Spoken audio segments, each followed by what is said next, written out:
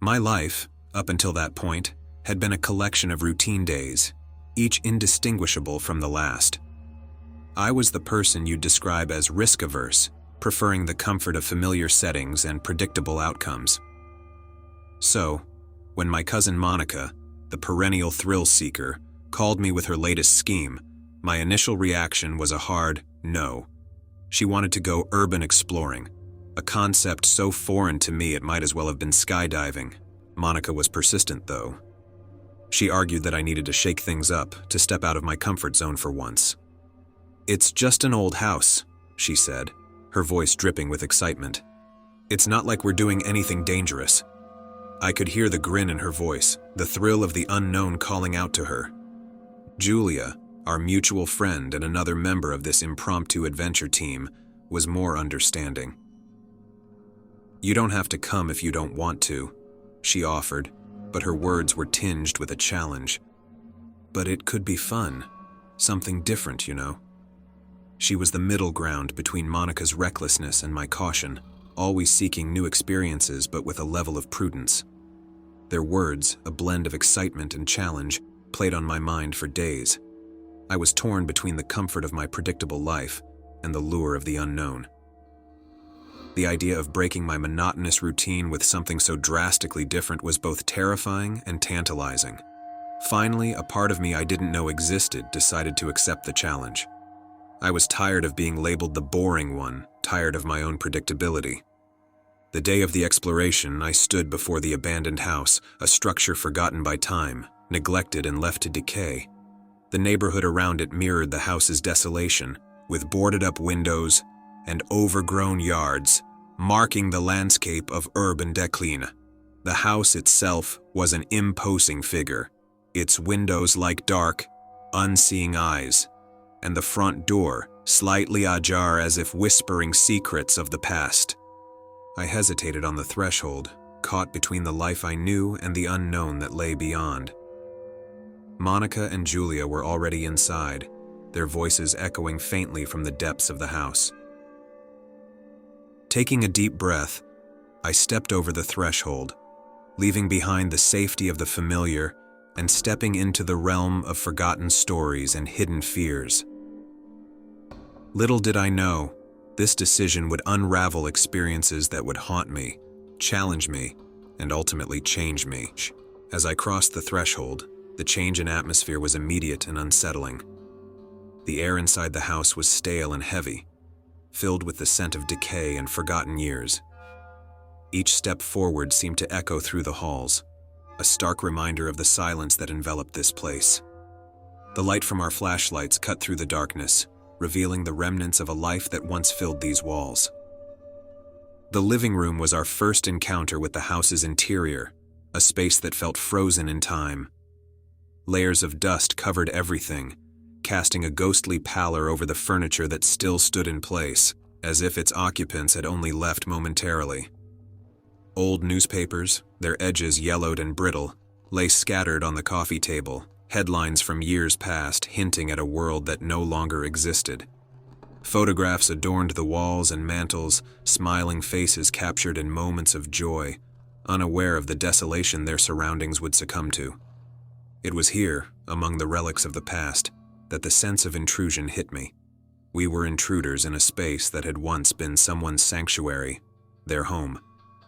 As I moved through the room, a chill ran down my spine, a feeling of being watched, though I told myself it was just the effect of the environment.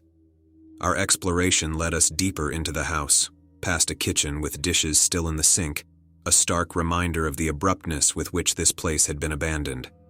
The air grew colder as we ventured onward, the silence deeper, punctuated only by our footsteps and the occasional drip of water from a leak somewhere unseen. It was in what appeared to be the master bedroom that we found the collection of ceramic birds. They were perched atop a dresser, untouched by the dust and decay that claimed the rest of the house. Each bird was intricately painted, vibrant hues that seemed impossibly bright against the backdrop of neglect. I remember being drawn to them, mesmerized by their beauty and the stark contrast they presented to their surroundings. But it was the discovery in the adjacent room that brought our adventure to a chilling halt.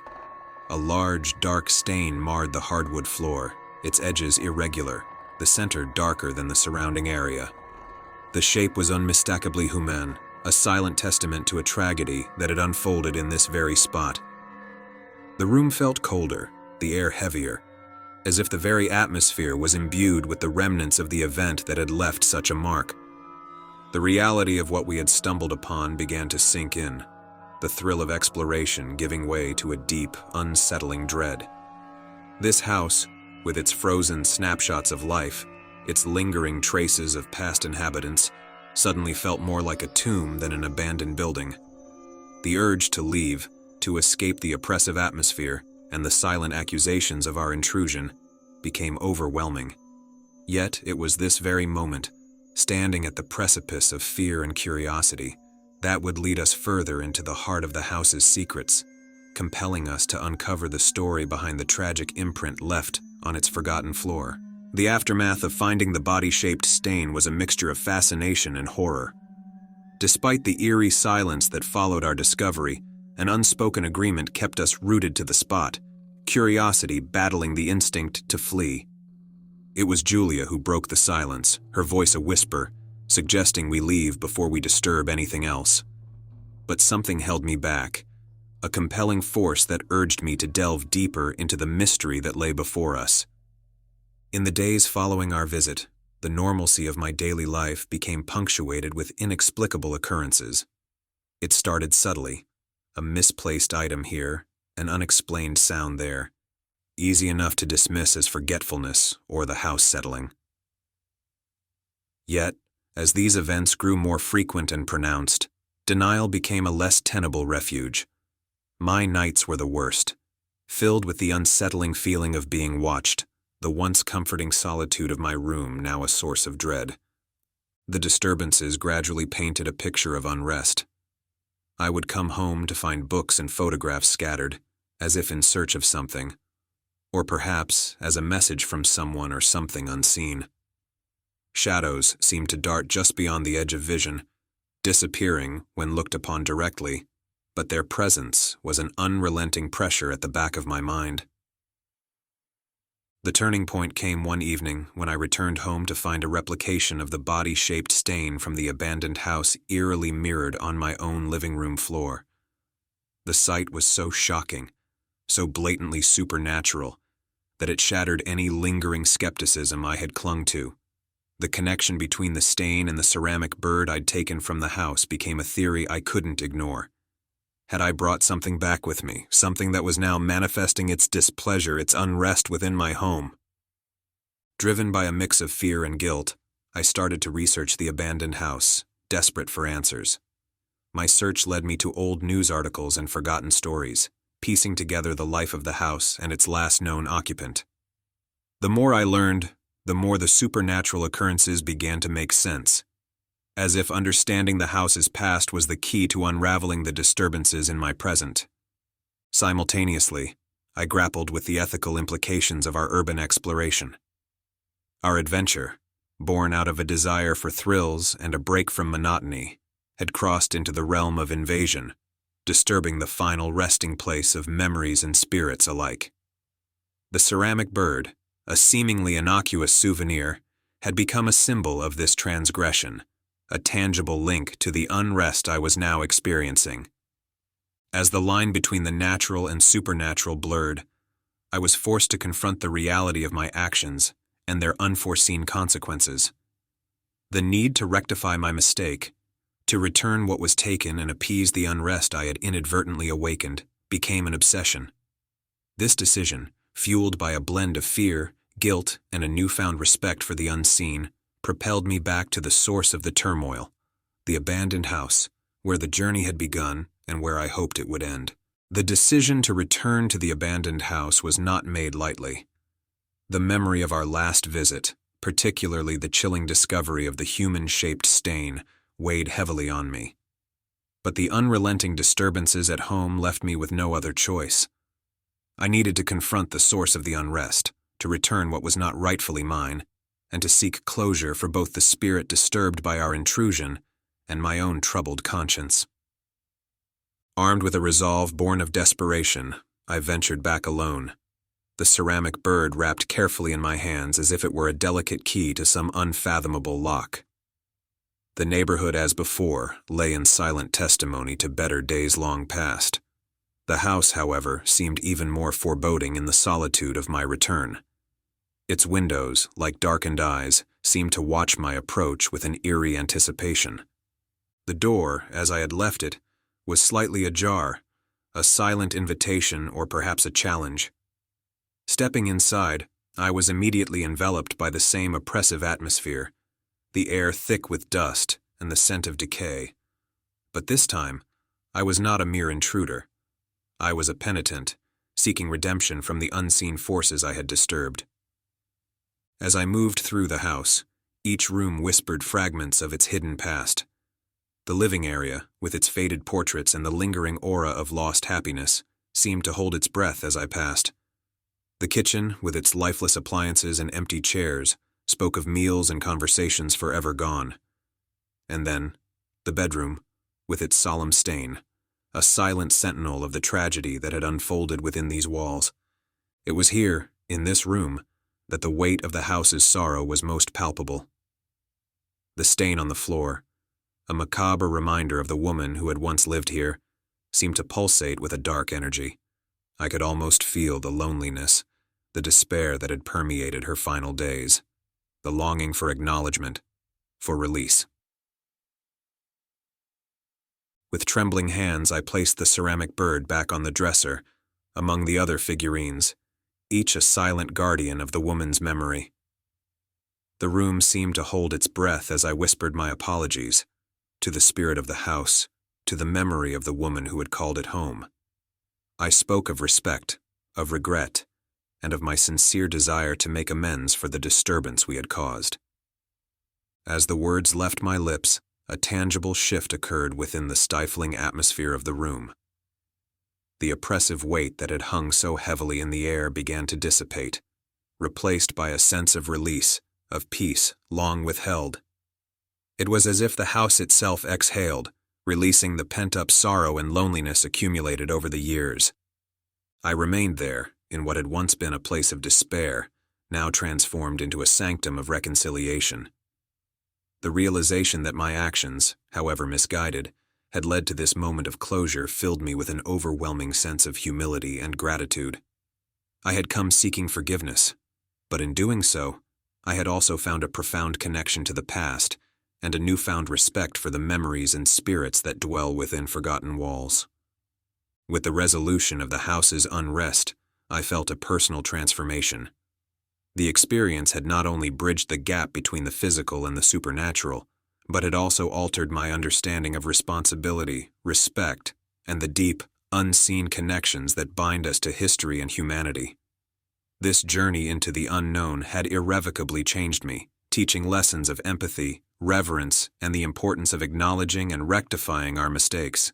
Leaving the abandoned house behind, I carried with me not just the weight of the experience, but also a profound sense of change.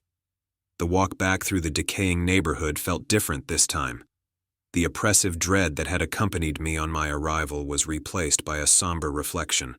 The house, with all its memories and lingering spirits, had imparted a lesson that extended far beyond the confines of its crumbling walls.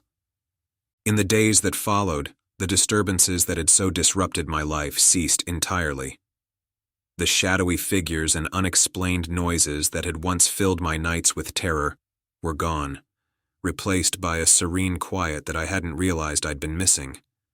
It was as if, in restoring the ceramic bird to its rightful place, I had also restored a balance to my own existence. The resolution of the haunting was more than just the end of a series of supernatural occurrences. It was a catalyst for personal growth and introspection. The fear and guilt that had driven me back to the house had transformed into an understanding of the profound impact our actions can have on the world around us, both seen and unseen. I had gone seeking to end a haunting but found myself on a journey that challenged my perceptions of life, death, and the afterlife. The ceramic bird I kept, with the silent blessing I felt granted by the spirit of the old woman, became a symbol of this transformation. No longer just a piece of decorative art, It stood as a reminder of the adventure, the lessons learned, and the spirit appeased. It reminded me of the importance of respect for the past and the stories of those who came before us, as well as the unexpected paths our lives can take. The experience also ignited a newfound interest in the stories hidden within old, forgotten places.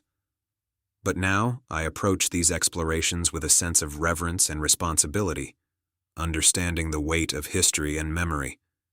I began to document these stories, sharing them not for thrills, but to honor the lives and legacies that lingered in these abandoned spaces. In sharing my experience, I found others who had felt the touch of the unseen, who had stories of their own encounters with the intangible. These exchanges created a community of understanding and respect for the unseen forces that shape our world, encouraging others to approach the unknown not as a source of entertainment, but as a realm deserving of respect and thoughtful consideration. The adventure, which began as a challenge to my own self-imposed boundaries, evolved into a profound journey of discovery, understanding, and respect for the unseen. It taught me that the line between the physical and the spiritual is not as clear-cut as I had once believed, and that every action, every decision, carries with it the potential for unforeseen consequences. As I moved forward in life, the lessons learned from that haunted house stayed with me, guiding my actions and shaping my understanding of the world. The journey had begun with a step into the unknown, driven by a desire to escape the mundane, but it ended with a deeper appreciation for the mysteries of life and a commitment to approach the unknown with respect and humility. The haunting had ended, but the journey, the real journey, had only just begun.